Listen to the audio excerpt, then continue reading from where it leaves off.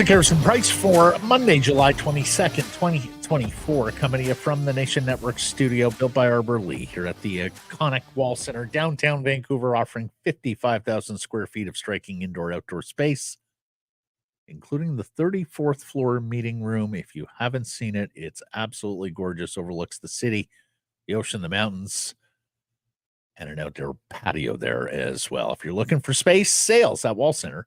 Matt Sekeres alongside Irfaan Gaffar sitting in for Blake Price this week. Great success, hitting switches, conducting things.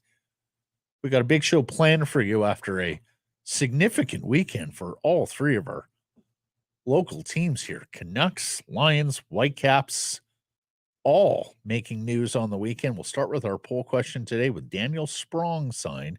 Should the Canucks trade Nils Hoglander for a top four defenseman? More on that in a second, but first, welcome back. Good to see you. Good to be here. Yeah.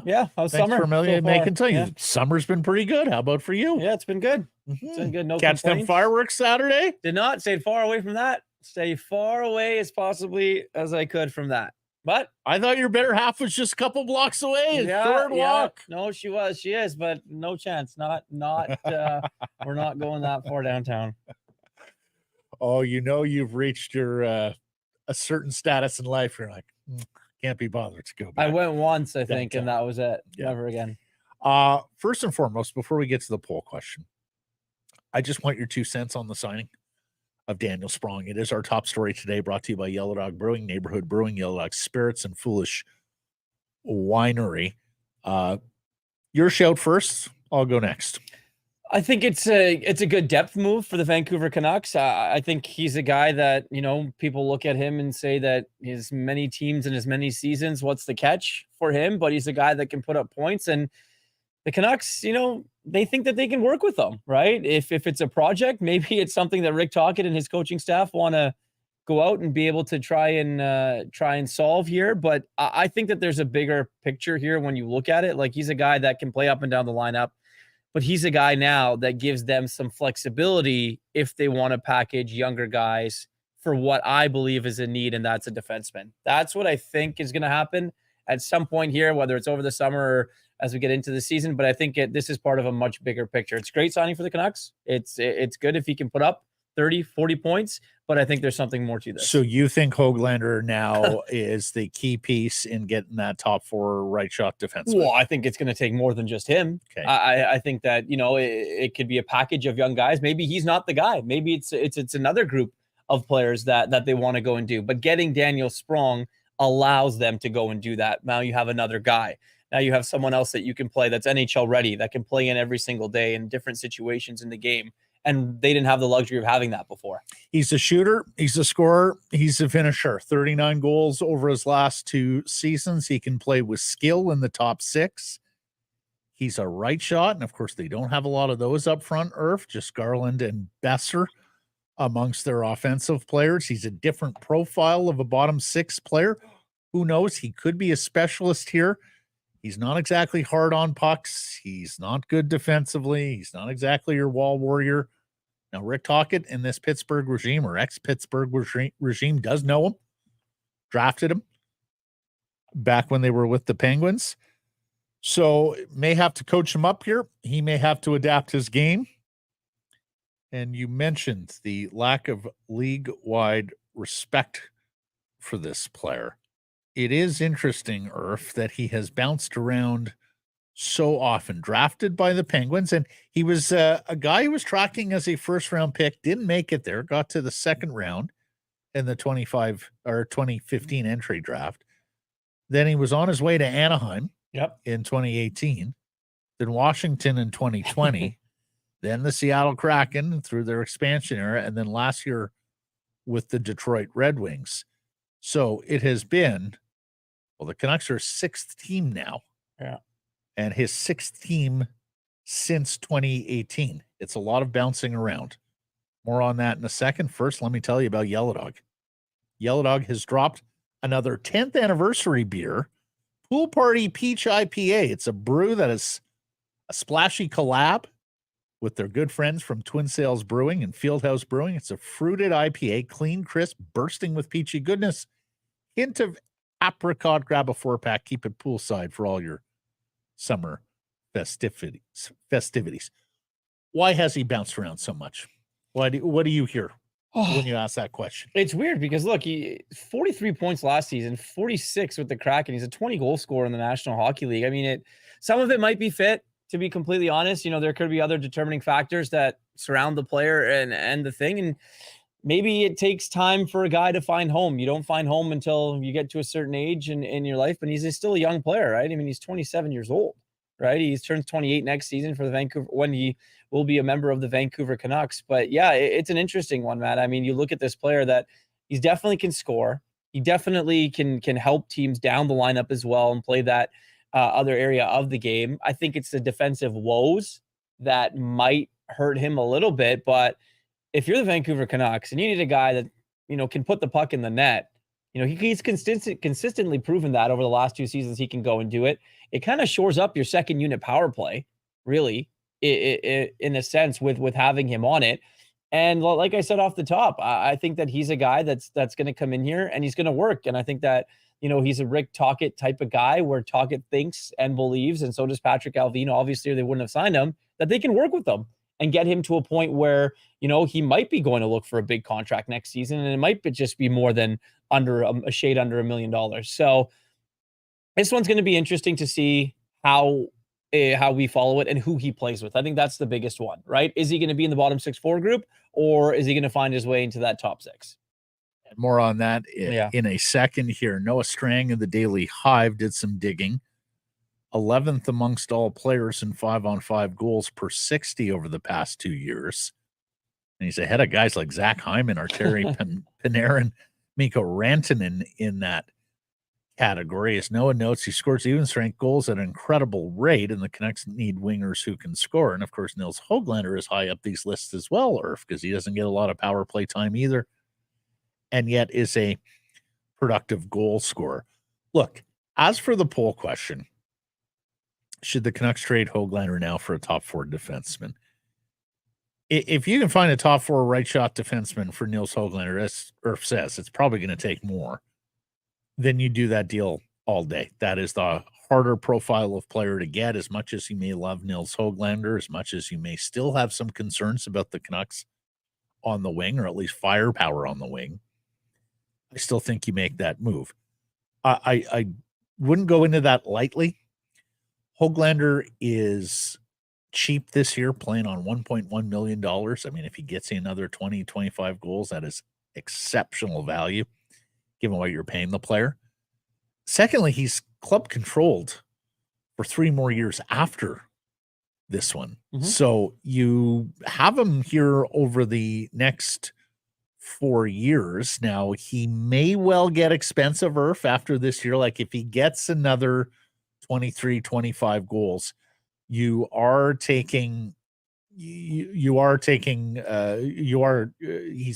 either got the option to take you to arbitration, or you're going to have to pay him more money. So next summer would be a summer where I think Nils Hoglander could cash in a little bit. You'd have to tell me what else it would take to get that top 4 defenseman.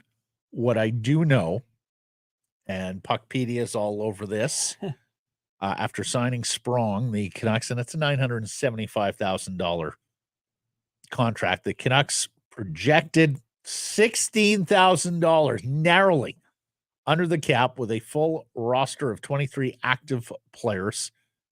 This assumes Oman in the minors, Di Giuseppe on the roster to be compliant, Pullman on LTIR, and then you're able to exceed the cap. So we talked on Friday, actually, with Blake and Jeff. Are they done? And if they're not done, what are the options? And one of the options we talked about is go out and sign a bottom 6 forward who gets you a little closer to the salary cap limit, or salary cap, which allows you to further use that Tucker Pullman LTIR bonus overage. They've gone and done just that. All right. Jay Fresh Hockey, Daniel Sprong, an efficient scoring winger, who creates scoring chances and goals at extremely high rates and depth minutes, but never seems to gain the trust of his coaches to move up the lineup. Somebody asked Jay Fresh, well, why do you think that is? He says, I think coaches prefer their fourth line to be a safety valve. They can confidently just send out there to muck around as opposed to being a high maintenance scoring line whose deployment they need to manage. How do you see that playing out with Rick Tocchet? Do you think Rick Tocchet is a guy who's going to put skill with skill and not want to mess around with a safety valve fourth line? Could you see him starting a little lower in the lineup? It's the poll question we asked on Saturday. Upon this signing, what line does he play on, first, second, third, or fourth? How do you see it? I mean, there's a chance of him going in the top six, right? If Hoglander's not up to par, or we've noticed that, Hoglander's benched in the playoffs, and that's not trusting by the coach. That's exactly what that is. I mean, Heinen, Miller, Besser, is that your top line? And then are you going to do things with DeBrusk and Pedersen and maybe put Daniel Sprong up there to see if he can make something work? I mean, your third line, probably Joshua, Bluger, Garland. I think that's Rick Tocchet's safety valve right there. Mm-hmm. That is that line. The fourth line's the interesting one, right? Is it going to be PDG? Is it going to be Podkolzin? Is it going to be Pius Suter? Is it going to be Kiefer Sherwood, right? Is it going to be one of those guys? Obviously, Sherwood's going to be there. Suter's going to be there. But who's that extra guy? So that's where the Sprong thing is interesting to me. Is he going to be up in the lineup because he can score, Mm-hmm. He can put up points with good players, or is he going to be a guy that you play lower in the lineup and just hope that you can go out when it's known that he really can't be trusted by coaches? What I love is this creates further competition at training camp. It's going to let players know that nothing is being guaranteed to them. And specifically, when I say players, I mean Vasily Podkolzin. I think a lot of different ways the Canucks were cutting up their 12 forwards, watching fans do it, watching media do it. Podkolzin was there as a fourth liner. Yep. Is he still there amongst your 12th forwards, Irf? What do you think? I don't know.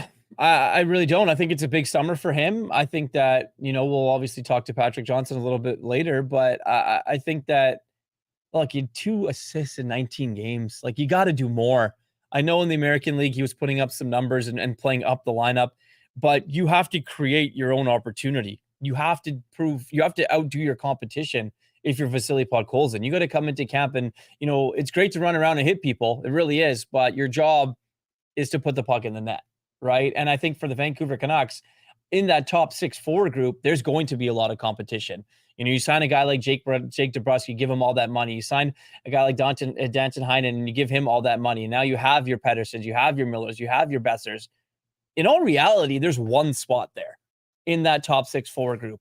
Who's it going to be? Sprong, Podkolzin, Hoglander, or someone else? Yeah. It's funny because I could see him starting off as a specialist, a power play guy, a spot play guy, and deployment on the fourth line when Tocchet feels comfortable with that. I could also see him starting up the lineup, as you note, and pushing one of those other guys down. And let's face it, the profile of those other guys might be a little bit more inclined to bottom 6 duty than top 6 duty. Not talking about DeBrusk here, but someone like a Heinen. Yep. Answer me this: second year in a row where they have signed a forward, and a forward with a pretty nifty track record, and one that drew praise from a lot of circles, and another forward who's analytically inclined. The analytics folks like him. Of course, it was Pius Suter last year in August. Now you say Bluger, Garland, and Joshua. Is there any chance that Suter centers that line this year? That Bluger is your fourth line center because of the lack of finish he showed last year, when oftentimes he had opportunities with those two guys and the puck wasn't going in the back of the net? No, absolutely. I just think that that's a line that is in his back pocket. It's in his safety. It's where Rick Tocchet knows he can go to if things aren't going well, and you need to combine that, have that line together. I mean, Suter could be with Miller again because they had so much chemistry late in the season, and that was their top line. So it's a good problem to have. I think if you're a Canuck fan and you're watching this and you're looking at it, here in the middle of summer being like, oh, what are these lines? Let's see what we can come up with. If you have competition and you have names and you're trying to plug guys in, that's a good thing. Because before, you'd look at it and be like, oh, man, there's Nils Amon going to be our guy on the fourth line. No disrespect to Neil Zaman, but you need to have more. And for the Vancouver Canucks, they finally have that. They have that luxury. Rick Tocchet and his staff are probably thrilled by it, where there's going to be a lot of internal competition, not only for your 1 spot or 2 spots in the top 6-4 group, but to actually finish and shore your entire roster. As JPAT noted on the weekend, I like the fact that guys like Sprong and Sherwood have discernible skills in fourth line roles. Too much. What exactly do you do around here on the fourth line last season? Sam Lafferty, right? For so long. Mm-hmm. And, he's obviously gone to... Well, Podkolzin too. Like, it was like, okay, you hit people, but what else do you do? Is there anything else you can do? And he got his opportunity. Sprong over the last couple of seasons has outscored Nils Hoglander, Dakota Joshua, Ilya Mikheyev, Pius Suter, and Teddy Bluger. And I think there's also a school of thought you've got to consider here if you're Rick Tocchet and the coaching staff, that if we don't put Sprong with skill, are we getting the best out of him? There are certain guys who can play with different profiles of players and still be effective, but is Sprong one of those guys still, or do you have to play him with skill to get the most out of him? Hey, the salary is entirely variable in the minors. So if worse came to worse and they wanted to send him down to Abbotsford, of course, he would have to clear waivers, as does Vasily Podkolzin now, Nils Zaman. In fact, I think the only guy that the Canucks are going to carry this season who doesn't require waivers will be Artur Shilovs. So, yeah, worst comes to worst. There is no stink on the salary cap. You can bury the salary in its entirety in the minors. Said last year, beginning of this year, every summer we say this, I'm for every 1-year contract with a salary that you can bury entirely in the minors. Had a ton of positive feedback on this signing from Canucks fans on social media over the course of the weekend. In fact, we asked, what line does Sprong most likely play on? Fourth line won the vote there, got 34%, but really spaced out voting here. 28% said the third line, 29% said the second line, even 8% said the first line. So we'll find a fit for him in training camp. Wouldn't be surprised to see him get opportunity, much like I wouldn't be surprised to see Hoglander and Podkolzin get opportunity as well. Big show me years for both of those players. In Hoglander's case, it's beyond the goal scoring. In Podkolzin's case, it is very much about chipping in and contributing some offense. And with regards to Canucks Nation, loving this signing, Blake on the weekend. Imagine getting in the time machine and telling Vancouver fans 4 years ago that Canucks Twitter is now tired of the phrase tidy piece of business. It's true. It's true. It's become a cliche now with Patrick Allvin. Everything is a tidy piece of business. So we'll see where Sprong works out. But at this stage in the summer, for what he cost you and what his track record is, this is, dare I say it, a tidy signing. The other thing on Hoglander, and James is on Twitter asking the question, okay, would you be selling high here? Do you want to protect the asset? Because here's the thing. If he takes a step back, heading towards RFA with Arbrights, suddenly the asset's going to lose a lot of value, right? Right now, he's a 23-goal guy on $1.1 million, who is still young, who is still club controlled, and who fits tidily into your salary cap. He'll be 24 in December. He fits tidily into your salary cap scenario. Those things may not necessarily be the case at the end of the season with Nils Hoglander. So do you think like this is a sell high, he will never have more value than right now scenario with Hoglander? I don't know. I thought that at some point during the season last year, yeah. For sure. I thought that if they wanted to make a move at the deadline and try and do something that, he might be a piece that they were willing to part with. But, you go to Daily Faceoff right now and just look at their projected depth chart and lines. Like Niels Hoglander is the top line left winger beside JT Miller and beside Brock Besser. Does he need to prove that he deserves to play in that spot? Absolutely. I think Rick Tocchet has been very clear of that when talking about his players. But then you just go down quickly. You scroll down a little bit. You look at the defensemen. Other than Hughes and Roenick, yeah, Tyler Myers had an incredible season last year. Yes, he came back and played some of his best hockey, but that's your fourth defenseman. That's your next right shot defenseman after Philip Roenick, and then below Tyler Myers is Vincent Desharnais. There are more people or more players in this lineup that you can move up to play in the top of the lineup than defensemen you can move up. So I think for the Canucks, you really have to look at it and say, are we willing to part ways, to answer your question, with an asset to try and get someone to play in behind Philip Roenick, to play instead of Tyler Myers? What if Vincent Desharnais gets hurt? Derek Forbort, yes, that's a good signing as well, but that bottom pairing of Derek Forbort and Vinny Desharnais could be a disaster at some point. So we haven't seen them play together, but on some games it might not be good. So if I'm the Canucks, I really do try and improve that blue line if I can. Yeah, and there's still names out there. Yep. You would think if they had interest in Tyson Barrie, Victoria's Tyson Barrie, that might already have come to pass. He's a right shot, of course. And I got a name. Yeah. Victor Soderstrom. Oh, wow. The Arizona Coyotes moved up to pick him at the draft here in Vancouver, Matt. That's right. Yeah, 2019. They picked him at 11th overall, 23-year-old right shot defenseman. Mm-hmm. Looking for, I think, a new home.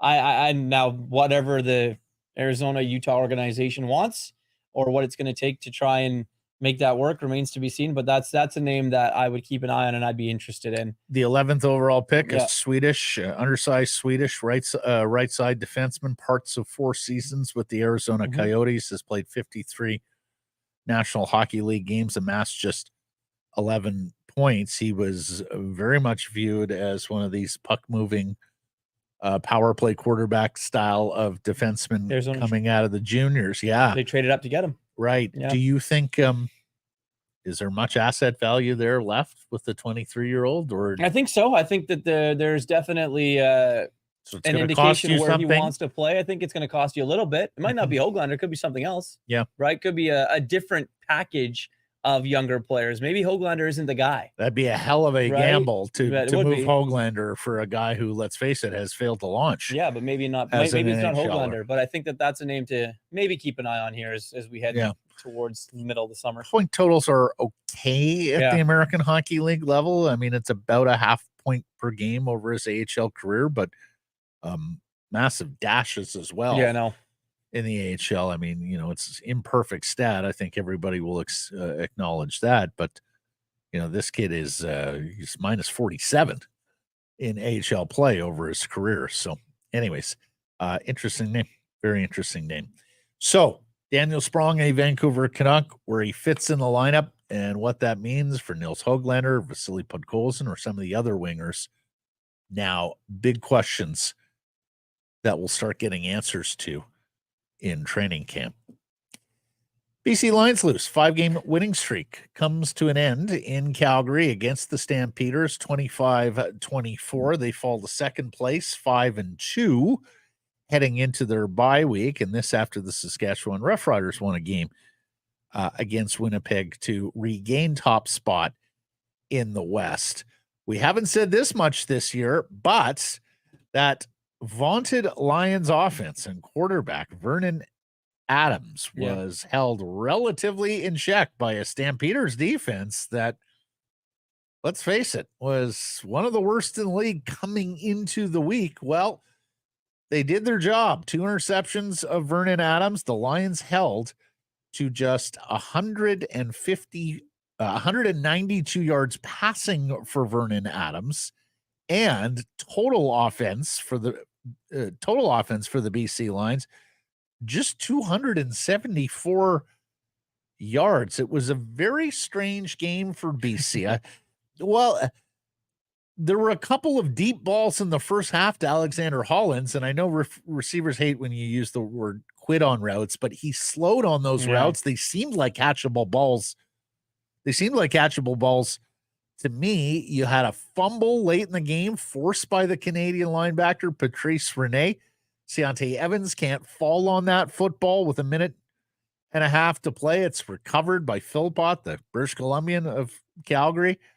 Vernon Adams was on a Doug Flutie pace at the beginning of this game. Well, needless to say, he's fallen off that pace. We didn't see sort of the highlight reel catches from the wide receivers and all of that. And the Stampeders were able to make enough plays on their side of the ball that they escaped with the narrow victory on Wally Buono night at McMahon. You think it was a case of we're at the bye week, we're 5-1, like maybe go. I know you don't want to admit it, but is there a case of that, you think? I think there might have been a little bit of a what are we doing on our week off being front of mind as opposed to finishing the job against the Calgary Stampeders. And I think Coach Campbell might have got into that a little bit in the post game with his charges. Anyways, they are off now on their bye week, and it's a later bye week for the BC Lions. Of course, you know, there have been years where we've been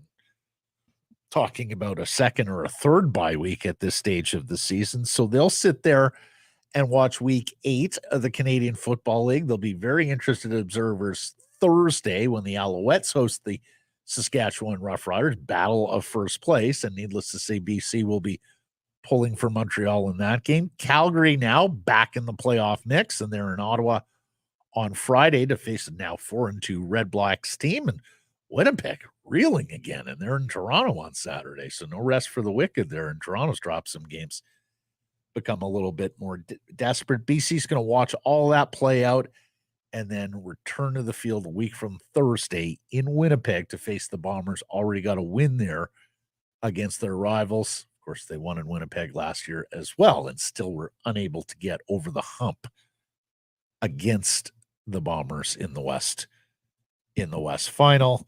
We'll see if any of these injured players, I think Keon Hatcher might be another week away, but it may well be that the Lions get some of these injured players back, including their star wide receivers coming back off the Achilles injury. And shout out to TJ Lee about how he came back. We made him our top story on Friday, the longest tenured Lion, less than 8.5 months. He comes back from his Achilles injury, and he makes a huge tackle with 9 minutes left in this football game. It saves a touchdown when the Lions were still up. They weren't able to close the deal.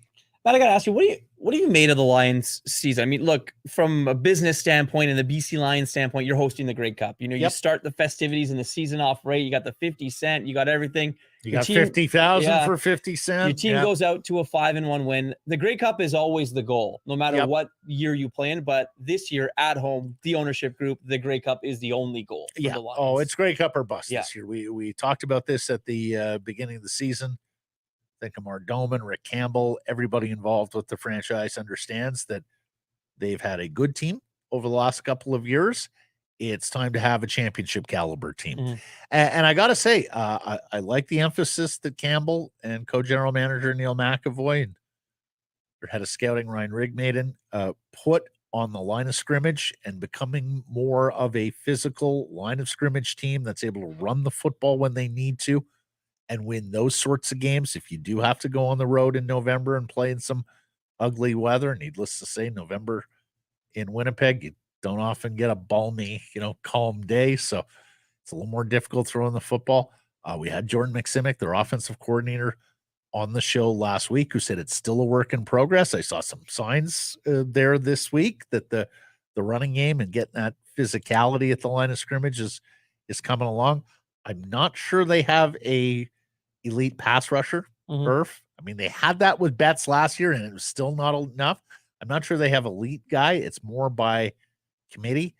I'm interested to see how long they can run with 3 starting Canadian linebackers and a starting Canadian safety. I thought Green got picked on a little last night, so I do wonder about that sort of ratio construction. McInnes has been a revelation this year.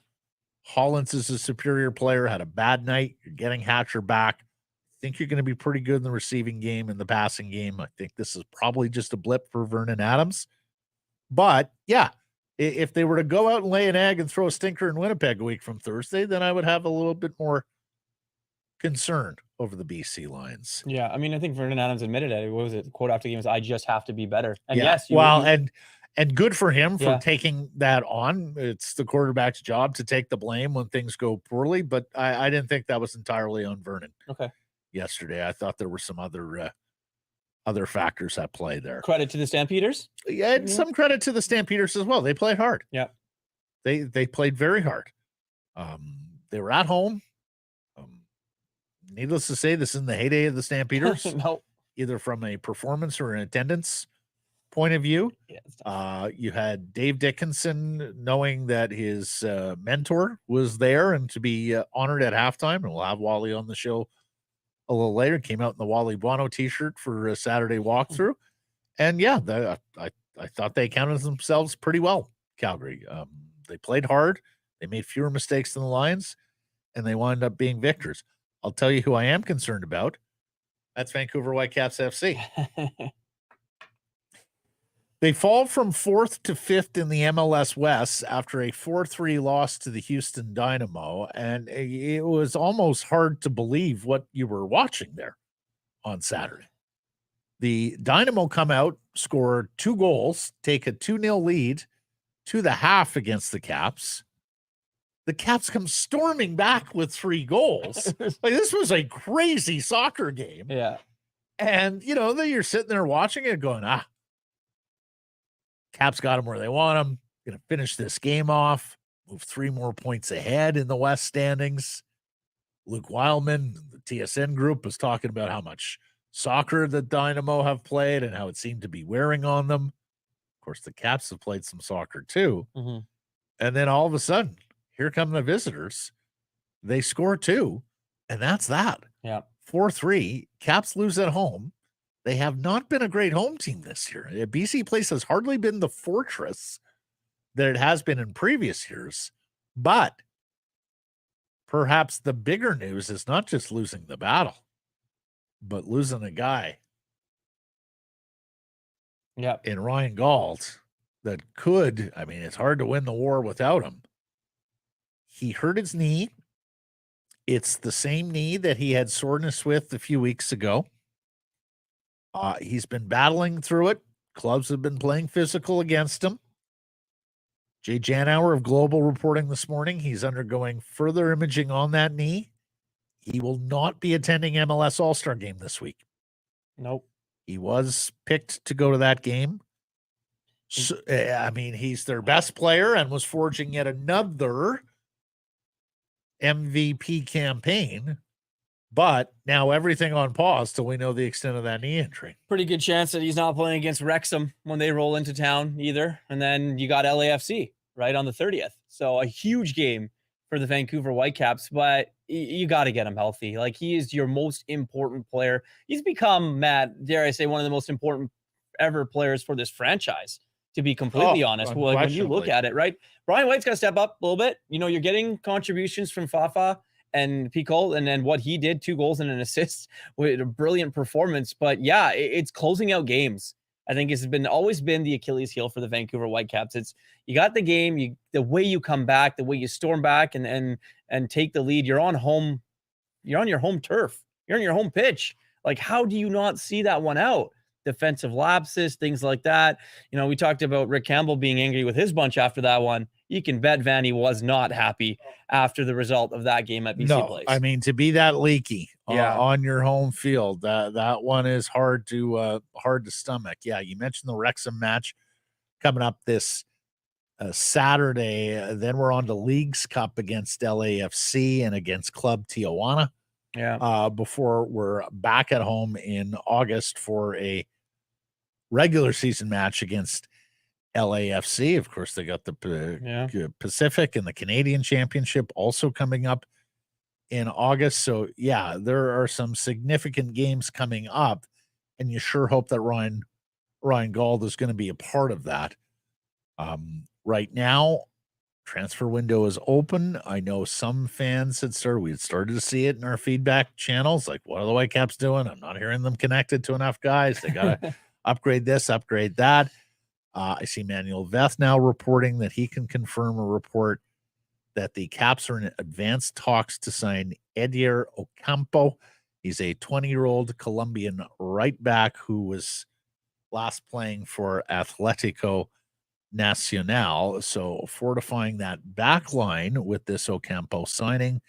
But are they going to get a player for the middle of the park? Are they going to get some more help up front? Is Fafa Pico now happy enough to play in a understudy, a 1B role with striker Brian White? Is Javane Brown unhappy here now? Do you have to move that player on after you get perhaps this Ocampo can be his replacement? So some significant times ahead here, or weeks ahead with this transfer window.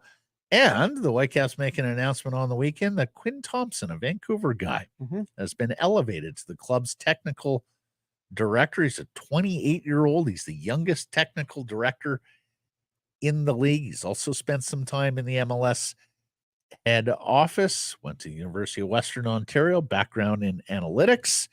And the press release on Thompson says that he's going to report to Axel Schuster, of course, their sporting director, and oversee roster construction, salary, budget, player relations, as well as player recruitment strategy going forward. Good for them. Another local product coming through and it's wonderful earning to its see. way to the top and things like that. So it's going to be interesting. There's another interesting Whitecaps thing. Manuel Veth, you mentioned reporting something about Simon Becker or Betcher. Betcher. Yeah. So apparently he's on loan, might be going to St. Louis City. And if he does that and they make a deal work, the Whitecaps get 20% of that transfer fee. So there's a little bit of money that could be coming the Whitecaps' way here in form of that as well. So something to keep an eye on. But with all these soccer transfers and things like that, it gets a little weird and loopy. Well, and we had Vanny on last week, and Vanny mentioned that, look, when you add a transfer at this stage of the game, it is quite difficult for that guy to drop in and be seamless. Yeah.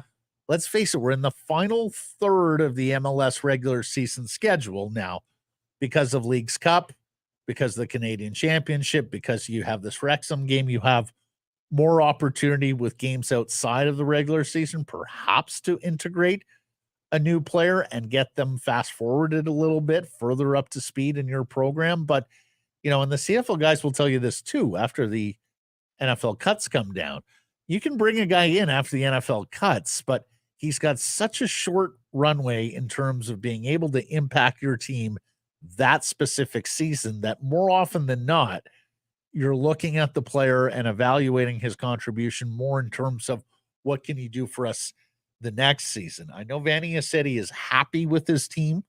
He's happy with the roster that he has, even if they don't add a single player.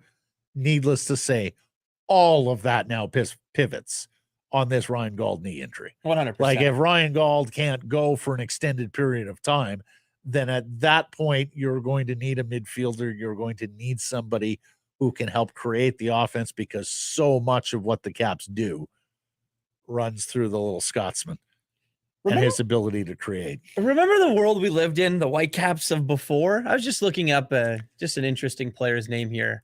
The first African to sign as a designated player, July 12, 2011, Mustafa Jarju. Oh my God, Jarju. Don't get gone the next year. 10 appearances, 0 goals.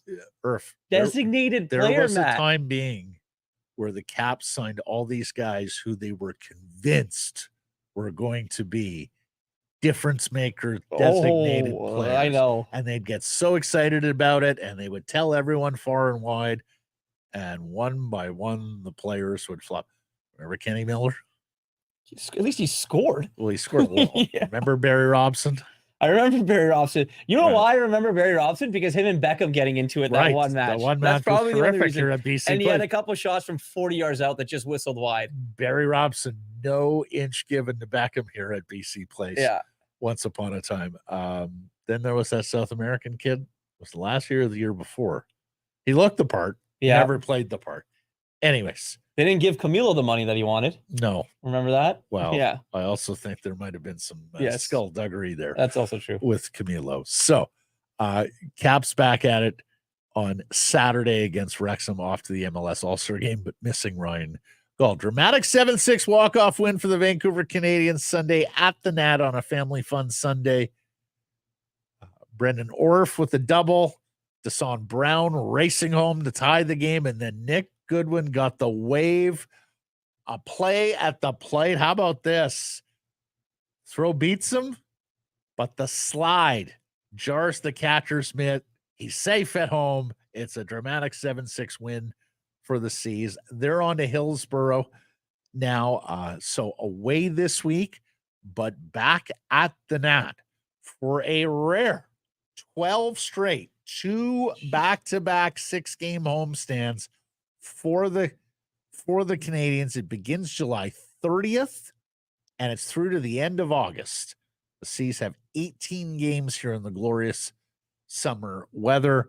Fireworks extravaganzas on Thursday nights now, nooners on Friday. Of course, great reason to leave work a little early on a Friday afternoon. There we go. And family fun Sundays. They're off to 7 p.m. starts on Saturdays. Now, get your tickets, because once the great weather gets here, once the kids get out of school, the games are sure to be packed. Don't wait. Call 604-872-5232 or go to CanadiansBaseball.com. Let's get to today's menu. It's brought to you by Greta Bar. Greta, fantastic spot to catch the game throughout the season. Quick walk to the Ricoh Stadium, go-to spot for food, drink, fun before, after the game. Make it a game night at Greta, 50 West Cordova, or at gretabar.com. Patrick Johnston, Canucks beat writer for the Province and Post Media, is going to join us. We missed PJ last week. He was on vacation. So we'll talk about the Sprong signing, where he fits. We'll talk about whether this now gives them enough winger depth to make a move with Nils Hoglander. We talk about what this means for Vasily Podkolzin. Patrick talks about Artur Shilovs, who re-signed last week, and how many starts he should get, what the workload for Thatcher Demco should look like. Golf report on the Open Championship.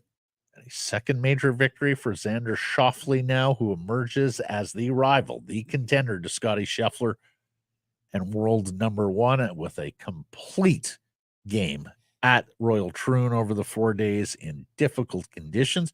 We will also talk to Poppy here, Wally Buono, former head coach, general manager of the BC Lions and the Calgary Stampeders on the podcast side, after he was inducted to the Stamps Wall of Fame in a halftime ceremony at last night's game. All that's coming up, but Irf, time now for Bet365 Bets of the Day. This segment brought to you by Bet365, proud partner of Sekeres and Price. Where are you going today? Well, since there's not really much going on, I'm going to go to the Calcutta. No, I'm kidding. I was going to go to the Calcutta Football League. Definitely not doing that. Don't worry. Not that crazy. Colorado Rockies. How deep is the Calcutta Football League? How many teams do you think can win it this year, Irf? There's a few. There's definitely a few. You parlay a couple of those two teams together, you can win some good money. I don't know anyone or anything. But anyways, we're going to go to the baseball. We're going to go to the Diamond. Right. I like the Rockies at home against the Boston Red Sox. Red Sox got slapped yesterday. That was a wild game against the Dodgers. It was. Big Maple start in that game for the Dodgers. I watched a little bit of that. In fact, there's a lot of, hey, when those two teams get together. Oh, yeah. Big Maple on the Dodgers side, then Nick Pivetta, Victoria's Nick Pivetta, and of course Maple Ridge's Tyler O'Neill, who had a huge home run on Saturday, but they're not able to take care of business, the Sox. Yeah. In extra innings. I'm going to go the Rockies. I'm going to go the Mariners. You put those two together, $20 returns you just under 80. So I'm looking at the Olympic Games. Okay. And opening ceremonies Friday, but there are even some events that start beforehand. The Canadian women's soccer team plays Thursday. I'm looking at the tennis. And the reason so is we talked about this when the Canadian team was announced. Most of Canada's best players are committed and going. Also, when you go back through the history of Olympic tennis here more recently, you get some surprise winners. Andy Murray winning his second gold in the men's singles in 2016. Monica Puig that year for Puerto Rico won the women's gold. Not exactly a huge name on tour. Zverev won the gold on the men's side of things 4 years ago. Bencic, the Swiss player, on the women's side of things. So the bottom line is we've seen winners come from a little more out of left field the last couple Olympiads in the singles tennis. So I'm looking at those Canadian women, Bianca Andreescu, Leila Annie Fernandez. I mean, both of them are pretty accomplished players, all things considered. And you're getting terrific value.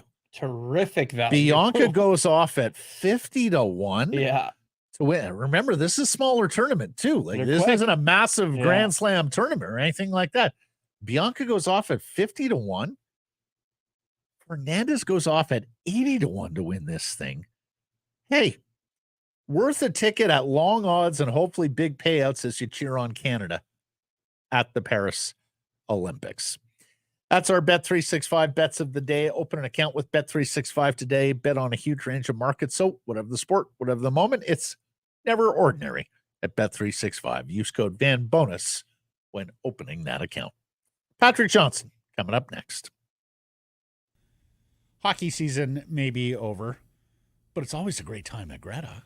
Air hockey season is never over. Right. And at Greta, it's the best air hockey table around, but all the best games. So never mind waiting for somebody else to stage something in Vancouver for you this summer. You can stage your own thing. The fun is always there at Greta. A quick walk to the rink or stadium. It's a go-to spot before the game, after the game. Make it a game night at Greta, 50 West Cordova or at gretabar.com. Versus the Canucks for the Province and Post Media. Missed him last week. Back from holiday, Mr. Patrick Johnston. How are you? I am very well. Very relaxed. How was holiday?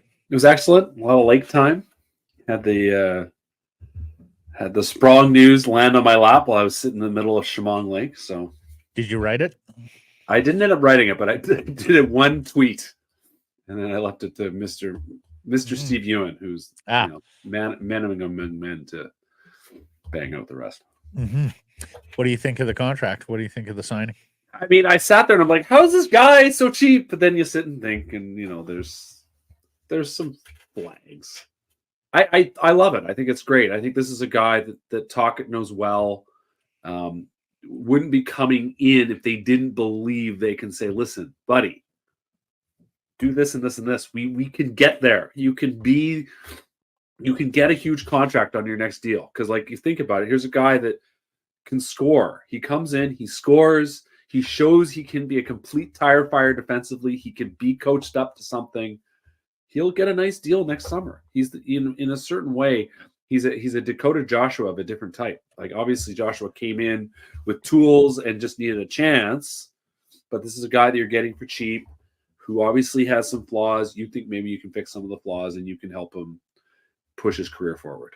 What are the flags that you speak of? Well, tire fire defensively. I think maybe some sort of coachability issues, shall we say?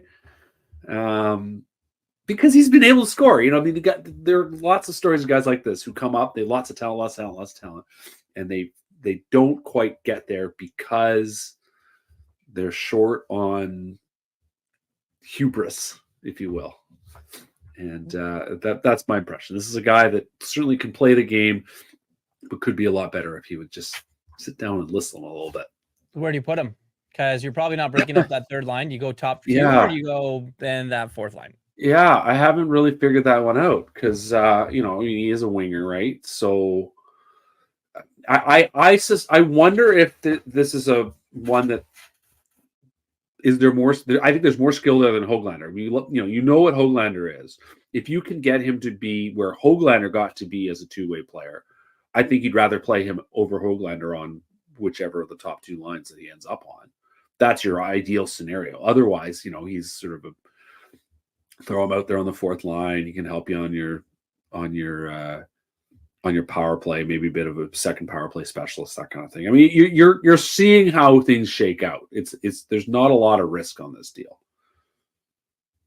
For Hoglander, then, what's his future here? I think it's going to be I think acquiring a guy like Sprong means that now they can kind of set up a little package if they want for a defenseman. That's kind of the way that I think it's trending. What do you think? Yeah, you look at the way the pairings currently are set up. Yeah. And how you might prioritize, obviously, the right side. I think that there still was an interest to find another puck moving defenseman. You know, that's not a guy that's a Quinn Hughes light, but a guy that can handle the puck. And you look at that third line or third pair, you think about the musing that they had about maybe Hronek can be on his own pairing away from Hughes. Is there someone we can float in there? I don't quite know how you make that work, and I don't think you're going to find a guy now that fits in that role exactly. But I do think you could maybe still find a way to add a defenseman, reset what your roster looks like and find a defenseman that can handle the puck a little bit on your third pairing and help move the puck and help your other lines. Because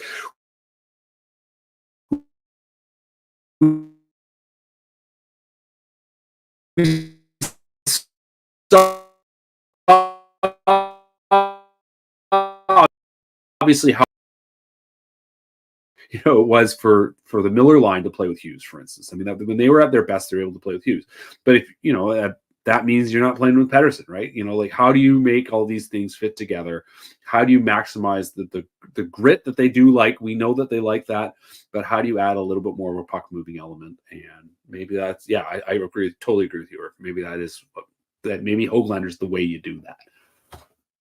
Well, I was going to ask you, who do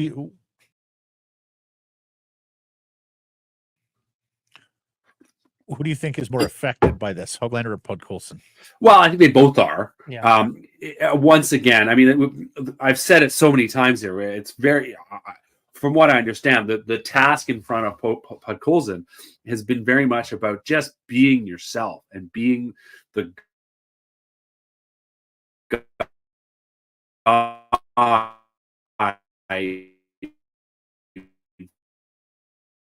that was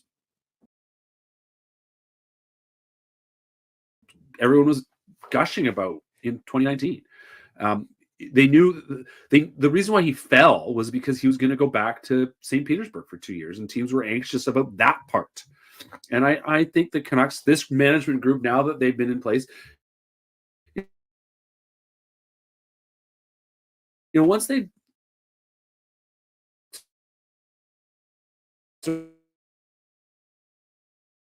started realizing how his post-draft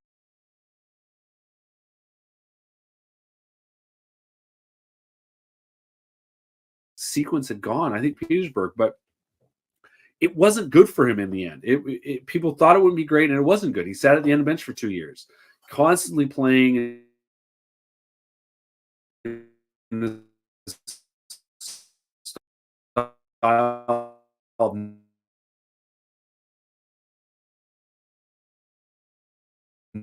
not wanting to make mistakes. I mean, that's not good for any young player.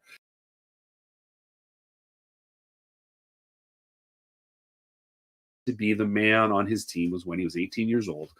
And the Canucks want him to find some of that juice again. And there's been flashes of it. Certainly saw that before he had his concussion in Abbotsford last fall. There were signs that he was starting to find, I'm going to take the puck and I'm going to go.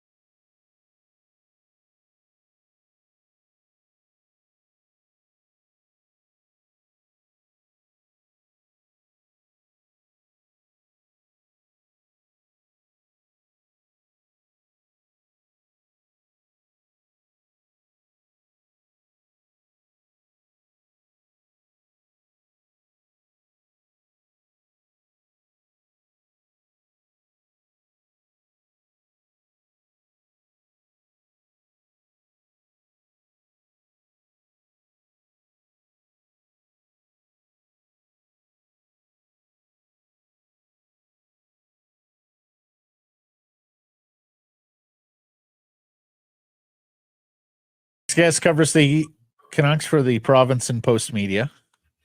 Missed him last week. Back from holiday, Mr. Patrick Johnston. How are you? I am very well. To the NHL, all you're going to do is run around and hit people. Like, you can make a living off of it, but I'm not entirely sure that that's the game plan for the Canucks and him. And it's a tough one to get. I know, and I know they've talked with him about it. Like, you don't get a lot when you're playing fourth line minutes. You're not going to get a lot of chances, but you have to be ready to take those chances. Yeah. And don't get anxious about it. Just go for it. We're not going to get mad at you for trying, right? Like there is no the only thing we're ever going to get frustrated with you is if you're not doing your job away from the puck. And there's never been an issue with him doing his job away from the puck. It's when he has the puck on his stick. And there were multiple instances in that late season stint or in the playoffs where he would get the puck on the sidewall and there was a moment to cut the net and he wouldn't do it. He'd make the safe play, chuck it back around behind the net, which is fine. But you're there. You can create something. You have the ability to create something. And I know that those moments stick with the coaching staff and the management team, and they want to see him make it happen. And it's, again, I mean, it goes back to your Hoglander point, Irf, is that here's another guy that maybe you can, maybe there is a way you're not selling very high on the player, but maybe there's another chip here that you can use to make some rearrangements on your roster and find that other defenseman that I still think they want. Our first opportunity to talk to you since Archer's Shilov's re-signed. What did you make of the fact they got him on a 2-year deal and they got him below $1 million? I was amazed. I was impressed. It's Patrick Allvin has made some really good swings of the bat here over the last couple of years. There've been obviously some missteps, but this is one of those ones where you're just impressed. Shilov didn't obviously have very much leverage. He wasn't going anywhere. I think the team is comfortable enough with him as a backup. I think they still are anxious about certain parts of his game and the sustainability of all that. We saw that the vulnerabilities against Nashville, against say like long shots. There's bits like that, and so, but for the price and for the role. And again, a good character guy, like a guy who's going to come in. He's worked hard. I've talked before about that story I wrote late in the season about how he had looked at me and said, basically, he looks around and he knows how this game works. And he said, Aiden Hill, look at Aiden Hill. And then he went and basically became Aiden Hill. He had to step in a moment where no one was expecting him to be that guy. And Aiden Hill did that for Vegas two seasons ago. And he did it for the Canucks, in the end. Shilov did his best version of that last season, and that's something. He's played well enough to show that he can, or at least he deserves a chance now to show that he can sustain some of this in the NHL. That what we saw this season is he gets a second look, he gets a third look, and at the end of the day, this is a player that Ian Clark wanted from the day he was drafted, and I think clearly this organization still believes in.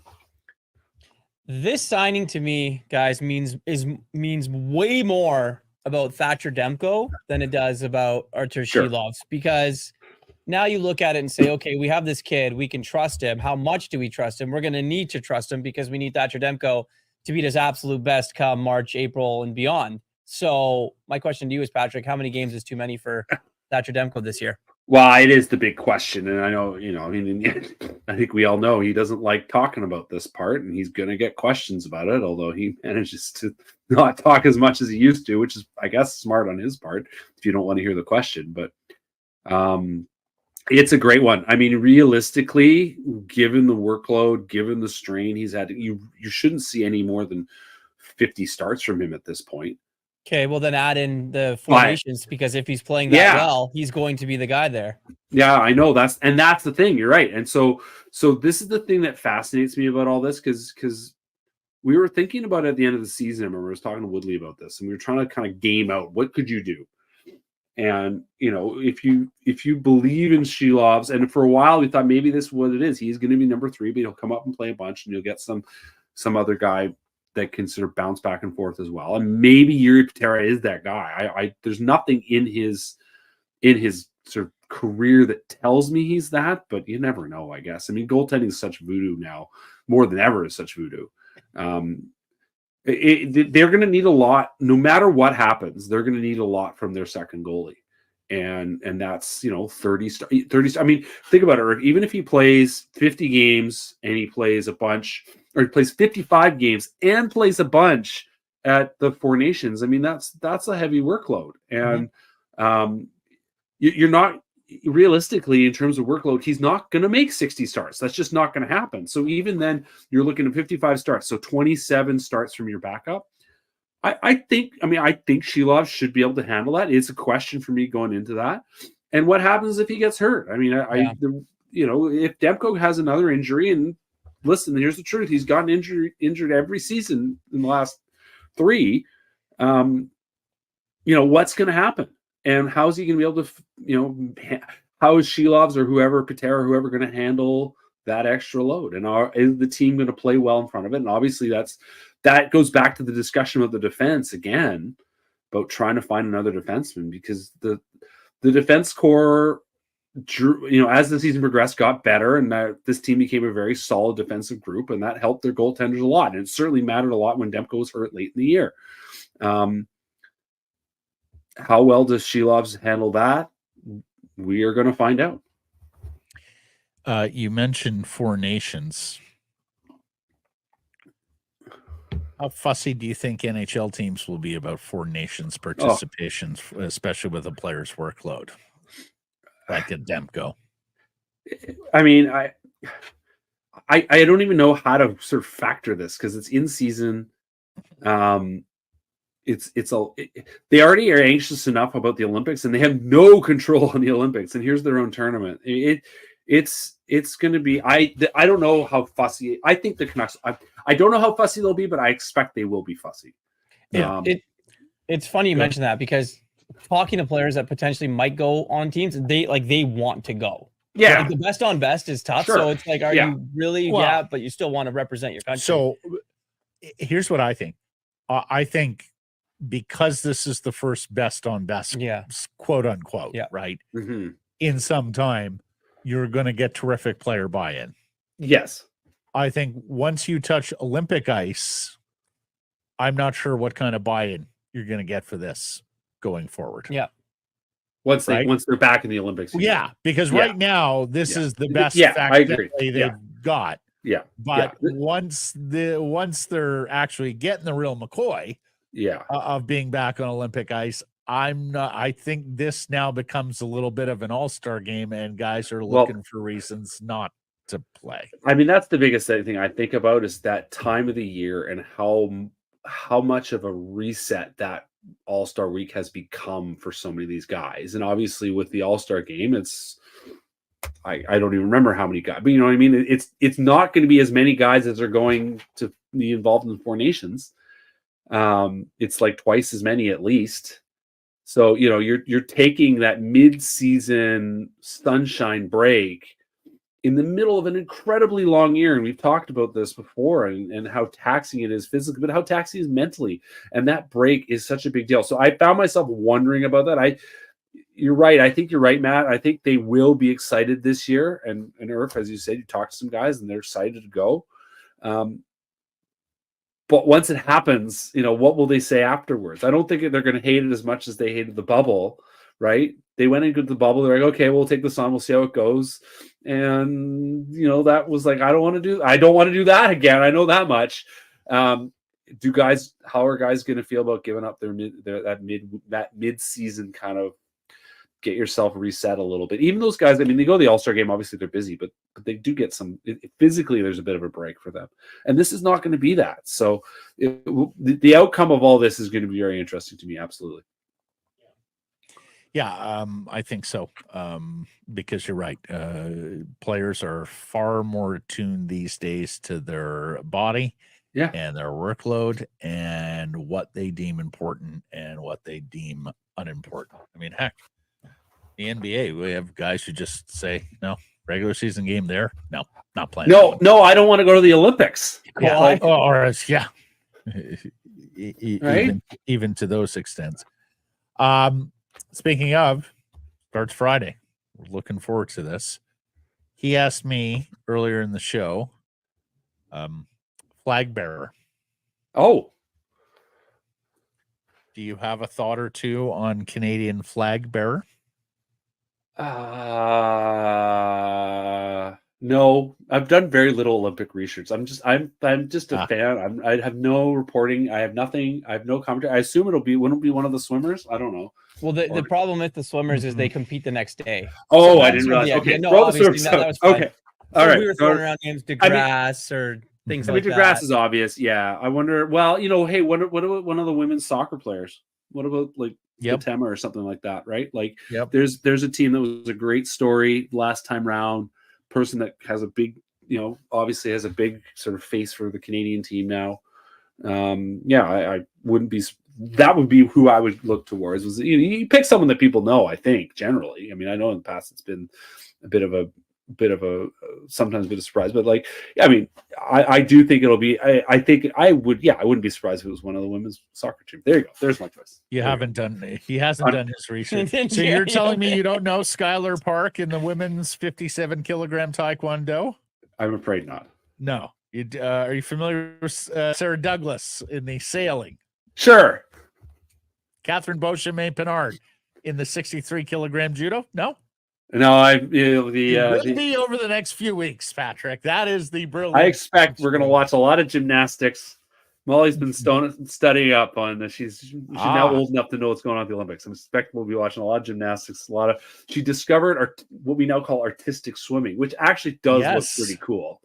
And so I imagine we'll be watching stuff like that, and then I'll whatever is available in the morning.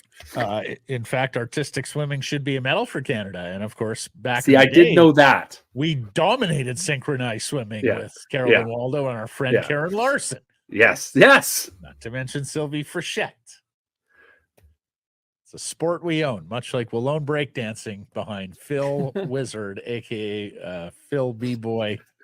Philip Kim of Vancouver, who's I haven't been involved. That we do have stories coming on breakdancing at theprovince.com and story coming on surfing. Absolutely. There is a surfing competition. Yes. It's in Tahiti. So it's France, man. Not staying in the Olympic Village. It's France, man. It's in Tahiti. Well, I look forward to Molly competing for Canada one day, a future Nadia Comaneci there. Yeah. Okay, Thanks, guys. Beach. The Vancouver Canadians are back at the Nat. Catch fireworks, giveaways, and Friday nooners all spring and summer long. Get your tickets at CanadiansBaseball.com. Our next guest is the all-time leader in coaching wins for both the British Columbia Lions and the Calgary Stampeders, and he was celebrated this weekend at McMahon Stadium. He gets into the Stampeders Wall of Fame. Our pleasure to welcome back to the program the one and only Wally Buono. How you doing, Coach? Good morning, and always a pleasure, and always good to talk sports with you. Yeah, great to see you. Great to hear your voice again. How was your weekend in Calgary? It was more than I had anticipated. It was quite emotional. It was nice to see a lot of people, a lot of the players, and and the staff that obviously was a part of the success that we had. What did it mean to you to be able to address the crowd there? Well, you know what? I think it's anytime you can address a crowd of that magnitude and people, that have supported the football club, yourself, for all those years, it means a lot because, again, it's a sense of appreciation for all the hard work, that's put in by everybody. And, it was just nice to be there. It was nice, again, to, address McMahon Stadium fans, and it was a lot of fun. So a lot of people wondered, why now? What took the Stampeders so long? But, Coach, I remember you telling me that you had a say in that you weren't going to be coaching the Lions and then heading to a ceremony for the Stampeders.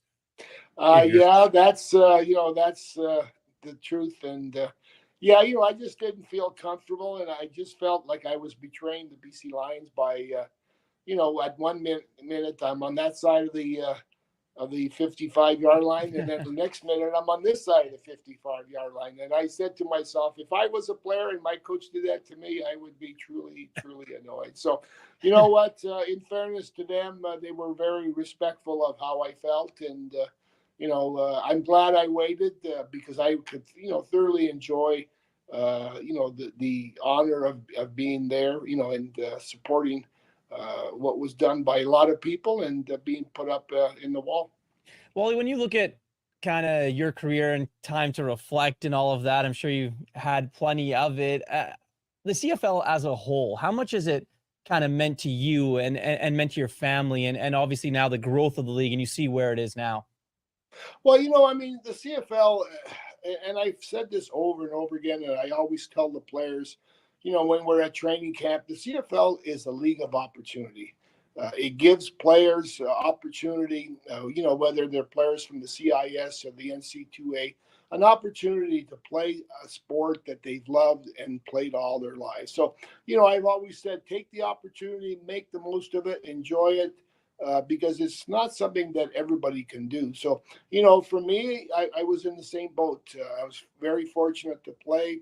And then when I got an opportunity to coach, it's something that, that meant a lot to me. It gave me a great life, and it gave me an opportunity to meet a lot of great, great people and experience things that I never would imagine I could have. Where do you see the state of the league right now as a whole? Well, the state of the league, the thing I always look at is the ownerships. Yeah. You look at across the league, and there's just some tremendous, tremendous ownerships. And it's no longer like it used to be where you had the community-owned teams either were doing great or they were the SOS. And, then you had, a handful of owners. Like when I was in Montreal, we had Sandberger, who was a great owner, a true gentleman, but then there was other teams that were always struggling. So, today when you look across the league and you look at the quality of owner, and you just look at BC with Amar Doman, what he's doing, what he's bringing to the, not just to the club, but to the community, to the league. It's, I think it's unparalleled. And the CFL, from that perspective, is never been as strong. And, obviously, as a coach and as a former player, I'd like to see, them be able to maybe raise compensation because these guys make a living doing this. And it's not an easy way to make a living. And, I always believe, the more you can help people, the better. Saw the interview you did with Farhan. U.S. expansion. Yeah. Eh? Well, explain. Matt, honestly, I'm going to say this to you again. We have a gem that's hidden. Okay. And if we can expose it to the world, and I think we did in the 93, 94, 95. And, as I said to you, those franchises that we went to and we played games in the United States. And, the excitement, the whole thrill of the game. And we're talking about, Baltimore, San Antonio, Birmingham. We're not talking about, northern states and all that stuff. And the fans, God bless them, they came and they could not be more excited for their team. So you think you can recapture some of that? Because a lot of those franchises didn't deliver all of that and folded quickly. You think the league could recapture the best of that with an American team here? You know what? I don't know. That Mm-hmm. I don't know that because things have changed a lot today. 25 years ago, but everything is about entertainment. Everything is about filling in TV time. And, this is a great product. It's very, very entertaining. And, as we all know, we expand outside our borders, whether you are an entertainer, anything. That's what explodes, and that's what creates and generates revenue. So, staying within our borders is great. But, when you look at the amount of revenues we're generating right now, it's not in the caliber that it should be for the quality of entertainment that's given. Yeah, I hear you. There's some money available if you can switch on a U.S. market to the Canadian Football League, or several U.S. markets to the Canadian Football League. Nice job in the booth yesterday. You sounded very comfortable there. You sounded like, you could do that, being the analyst in the booth. Well, you know what? I enjoy watching football, and even today, I can't wait. I can't wait to get home so I can watch the game. I didn't see the game yesterday, and so I tape the games and I watch them at my comfort, and so it's something that I've always enjoyed. Yeah, now that I'm retired, I can be a great couch coach. I was going to say, who do you coach now, though, Coach? Because we all know how much you loved coaching. And she's tired of me coaching her. So the old armchair GM coach now. Yeah. Hey, what do you make? I'm way better now than I used to be. That's right.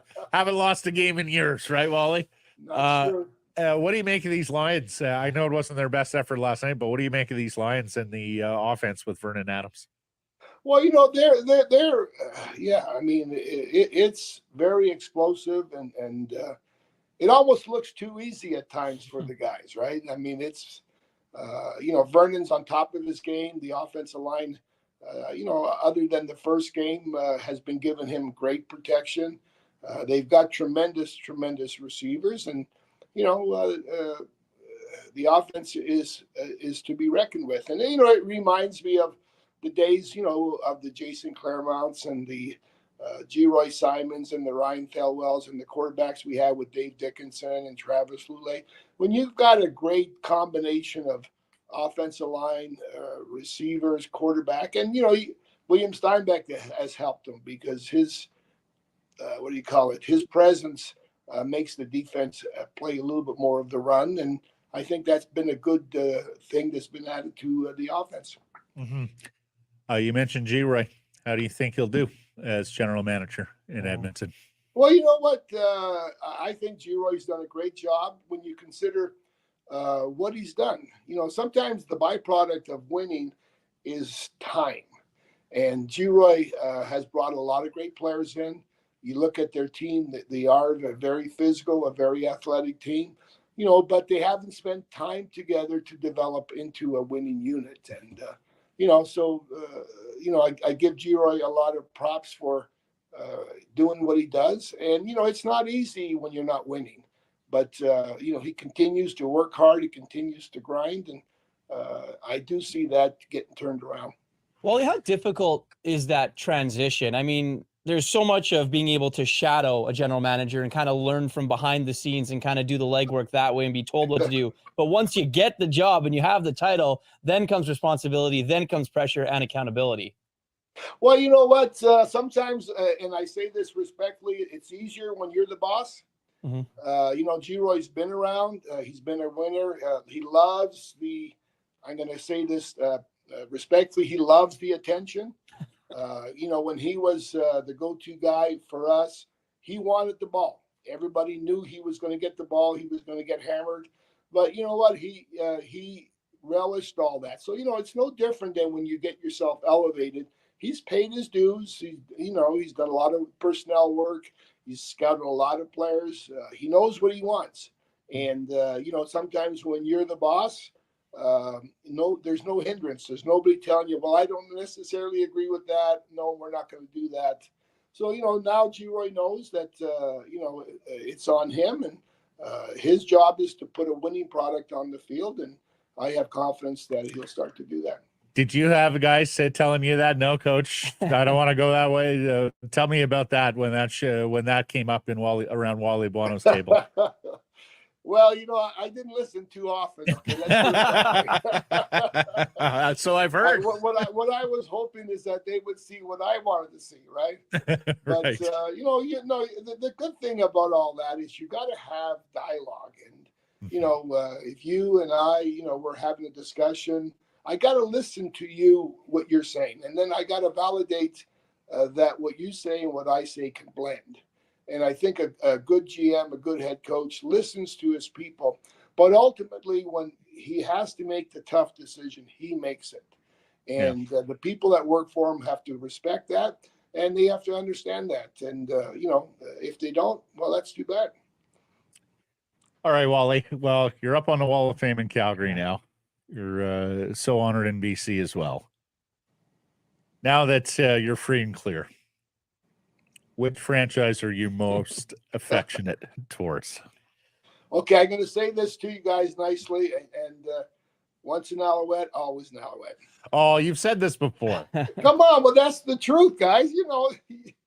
So you're telling me if the Alouettes came here to play the Grey Cup against the Lions or the Stamps in November, you'd be rooting for the Alouettes?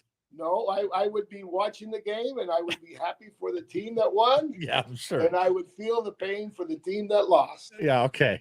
Okay, so that, no, it's I have tremendous affection for the three organizations that I worked with. Mm-hmm. And, obviously today I live in BC, I live in White Rock, and, that's something that's very close to me and stuff. But, when I watch the games, honestly, I really don't care too much about who wins, because I have friends on the Stampeders, I got friends on the Lions, I got friends on the Alouettes, I got friends in Ottawa, but I'm happy for them when they win, and I feel the pain because I understand how much they put into it and how much it means to them. So, I try to, do I have a favorite team? Not really. But I do enjoy watching the games. Let's put it that way. Okay. Let me ask you this. Where do you think you did the better coaching job? Where did I think I did the better? Honestly, I personally think that I did it in Calgary. Yeah.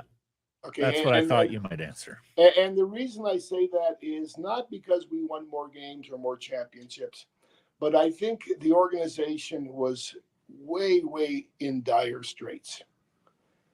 They were dominated by the Eskimos for so many years, and mediocrity was acceptable. Yeah, I can remember, and don't tell nobody this, okay?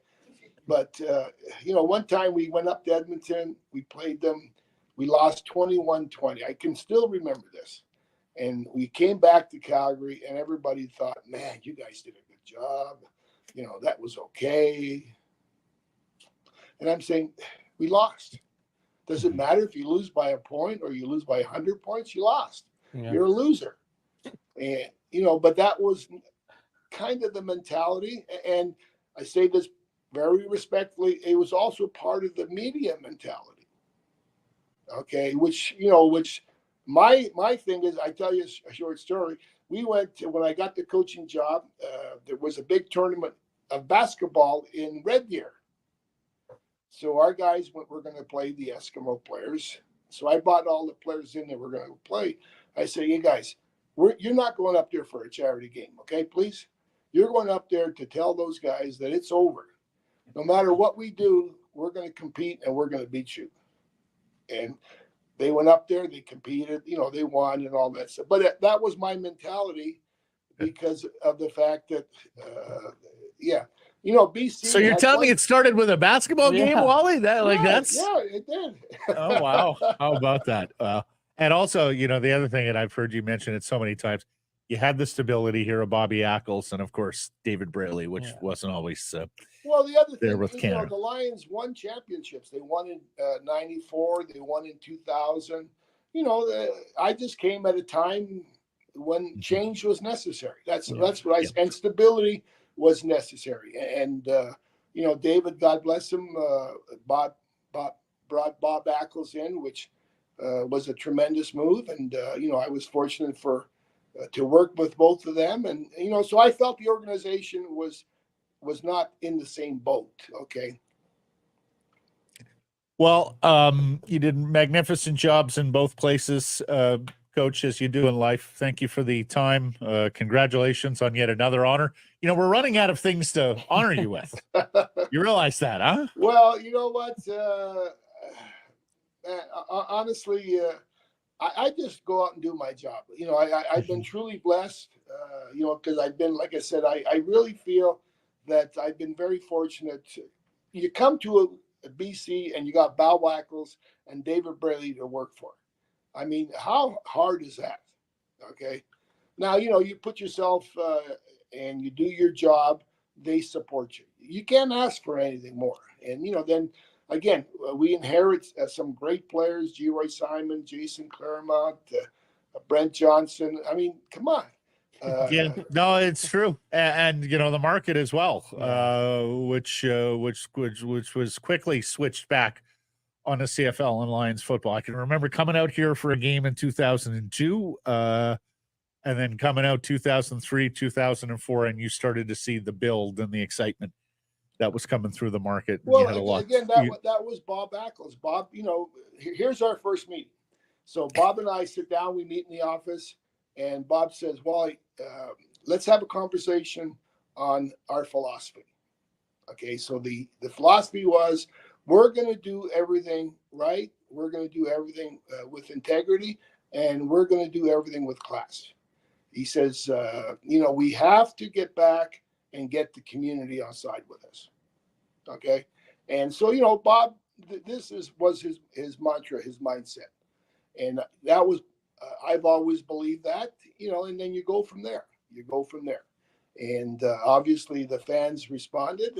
We had some great teams, and we made David Braley a lot of money. I told him that. Which wasn't easy to do back then in the CFL. Yeah. No, so right, you did, you did great. Your financials were good on top of your record while they were fresh out of time, but great catching up with you. Best to Sandy and Christy and all the family. And always, congratulations. Yeah, again. no, always appreciate your support, and anytime, let me know, bud. You guys take care. Yes, Grady. Amazing.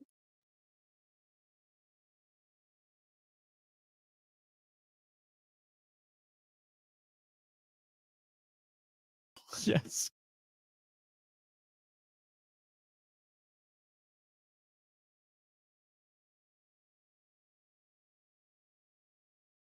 Time now for the Golf Report, brought to you by the Arnold Palmer designed Whistler Golf Club.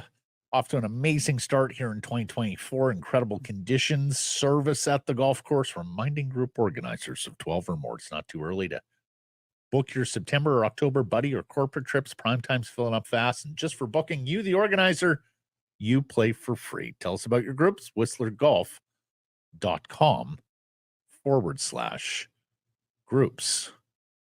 Well, for a moment there, I thought we were in for an all-timer at the Open Championship with a leaderboard that had, at one point, 3 different guys tied for the lead, couple guys 1 stroke off. I was sitting there going, how would they deal with like a 5-person playoff if that's what they needed? But in the end, it is Xander Schauffele who winds up winning by margin, the 2-stroke margin over Justin Rose, who was the hometown or home kingdom favorite, if you will, a Englishman playing in Scotland, and Billy Horschel. That Tristan Lawrence, South African, showed me something there yesterday too. Guy doesn't play on the PGA Tour and yet looked cool as a cucumber for most of the round. But the story here, Irf, a contender, a challenger has emerged for Scotty Scheffler, world number 1. Schauffele and Scheffler, get used to the at the top of golf leaderboards. Schauffele looking to knock off his fellow American for the world number 1. 2 majors in a calendar year. You were saying you had a couple, actually. So Justin Ray Golf, top 8 finishes in all 4 majors in the same season, including multiple wins since 1980. Woods did it in 2000 and 2005, Jordan Spieth in 2015, and Xander Schauffele in 2024. 2 wins and top 8 finishes in all 4 majors. Like, that is some very good golf that guy's playing. And he is an exceptional player. Yeah. I'm not sure there's a better player in the world around the greens when you factor in putting, chipping, and bunker play. And, of course, all of that was very important at the Open Championship at Troon. He hits a hell of a lot of fairways. He hits a hell of a lot of greens. The consistency is remarkable, particularly when you put him against a guy like Scheffler who misses his fair share of putts, or other guys who miss their fair share of fairways. So, yeah, we thought it might be Rory. We Nope. thought it might be John Rahm. We thought it might be Bryson DeChambeau. And it looks like it's going to be itty-bitty Xander Schauffele from San Diego as the challenger to world number one. It's his second major championship. So Scheffler, Rahm, DeChambeau, Morikawa, Thomas, and DJ are all out there with 2 majors. And this after, did you watch any of the tournament on Saturday? I did see some of it. Holy cow. Yeah. I mean, it was the classic Open Saturday. Yep. Guys who went out early, there were scores available. I mean, Tristan Lawrence was 11 back when I he know. started his round. He played in the final group Sunday. And then as the day went along, It was good night. Scotty Scheffler called the back 9 the hardest 9 holes of golf he's ever had to play. Both players in the final pairing on Saturday hit driver into the par 3 Par 17th. three, yeah.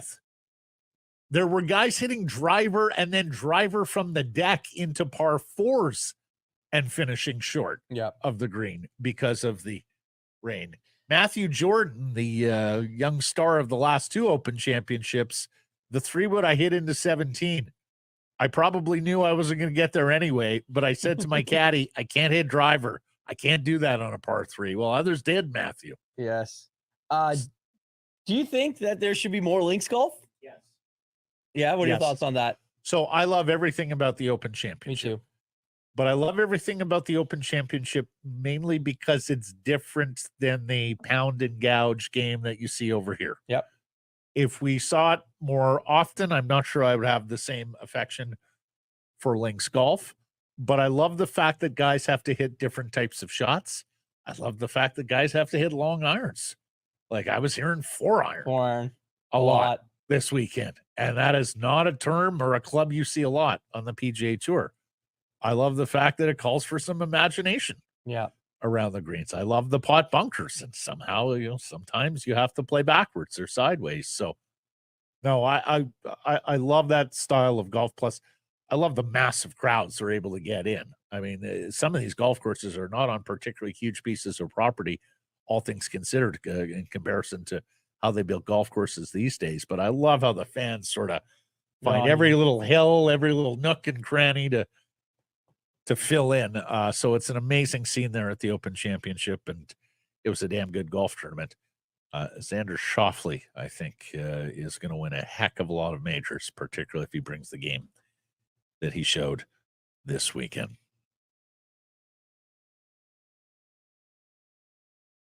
Hey, everybody, if you're enjoying what you're seeing here, then follow along with Sekeres and Price on YouTube. I promise more content coming. The kids call it subscribe on YouTube. Well, how about liking it? Do that as well. Smash it right now.